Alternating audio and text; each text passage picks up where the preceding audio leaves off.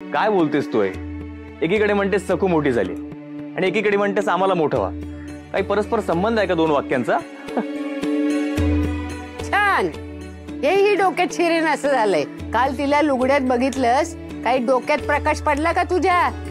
कसे रे तुम्ही आई बाप?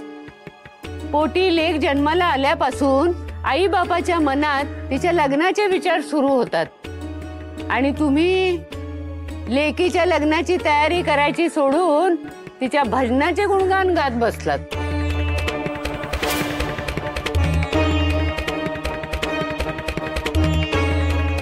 विठू माझा लेकूर वाळा, संगे गोपाळांचा मेळा.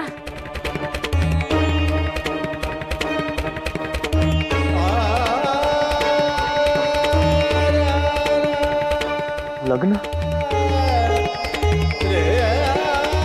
सकूच? सकू एवढी मोठी झाली, लग्नाची झाली.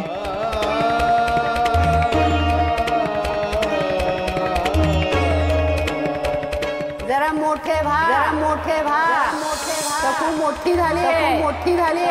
लेकीच्या लग्नाची तयारी करायची सोडून भजनाचे गुणगान गात बसतात.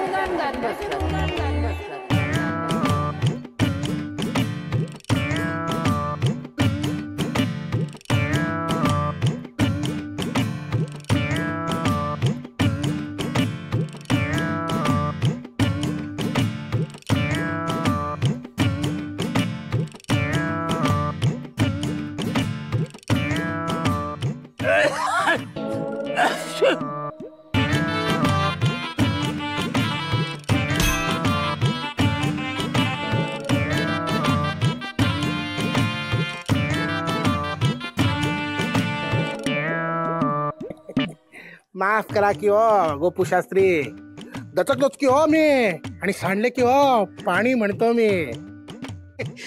ते पुढे करून सोडा की हो पाय म्हणतो मी. घालायचे आहे की हो पाणी पायावर म्हणतो मी. मी पाय पुढे केले आणि तू ओढलेस तर शनीसारखा द्वाड आहेस तू. येव्हा ना प्रवासात मला कळून चुकले हो. लटके बोललो तर लटकवून सोडा की हो, पण तुम्हाला मी शनीसारखा त्रास देईन.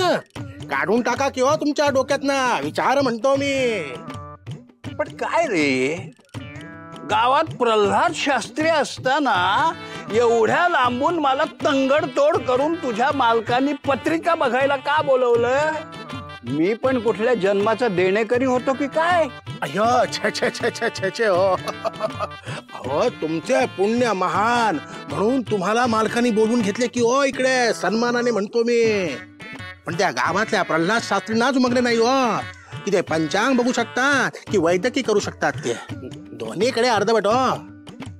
पण तुम्ही कसे थोर महान. आमच्या मोठ्या मालकीनबाई कृष्णाबाई आणि आमचे मालक ह्यांचा विवाह तुम्हीच जोडलात की हो.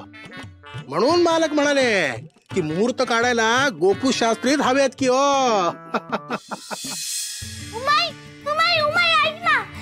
आजी ऐक ना, ते आपले विसू काका होते ना, ते ना पगडी काढून त्यांचा घाम पुसत होते आणि त्यावेळेस ते कावळ्याने पुचक केले त्यांच्या डोक्यावर.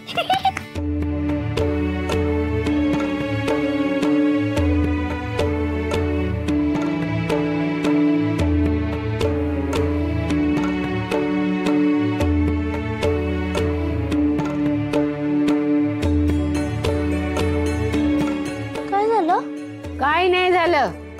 वाभरटपणा कमी कर आणि मी काय सांगते ते नीट ऐक. काय? ह्या 2 बरण्या शकू मावशीकडे द्यायच्या. एकात मोरावळा आहे आणि एकात ओल्या हळदीचं लोणचं. यात खाली भाकऱ्या आहेत. त्या तुझ्या बुवा आजोबांकडे रोजच्या सारख्या द्यायच्या. कुठं धडपडू नकोस, उड्या मारत जाऊ नकोस. कळलं? कळलं ग कळलं.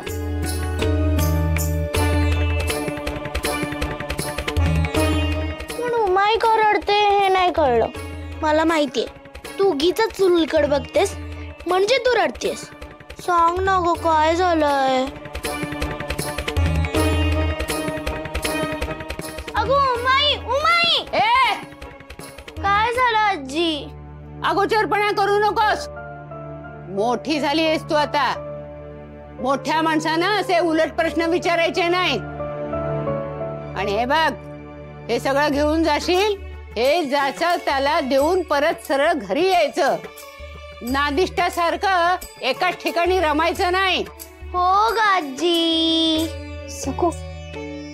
शकू मावशीकडे चाललीस ना, तर शेजारीच अण्णा मामाकडे जा आणि दादा आजोबांना हा अंगारा दे.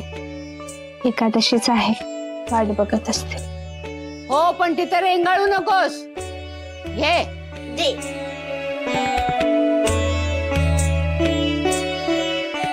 अप्पा, मी मोठी झाली. बघा मी मोठी झाली. ए अगं लोणचं सांडेल ना. मी मोठी झाली. अप्पा,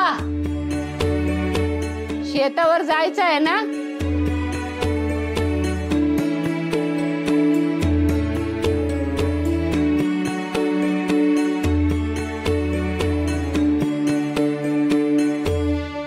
आई अगं, हिच्या लग्नाच्या गोष्टी करतेस तू.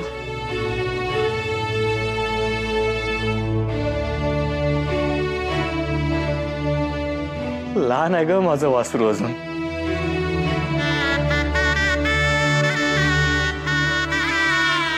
तिच्या किलबिलाटानं सगळं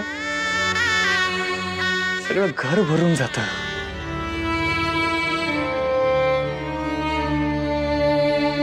सखूचं लग्न.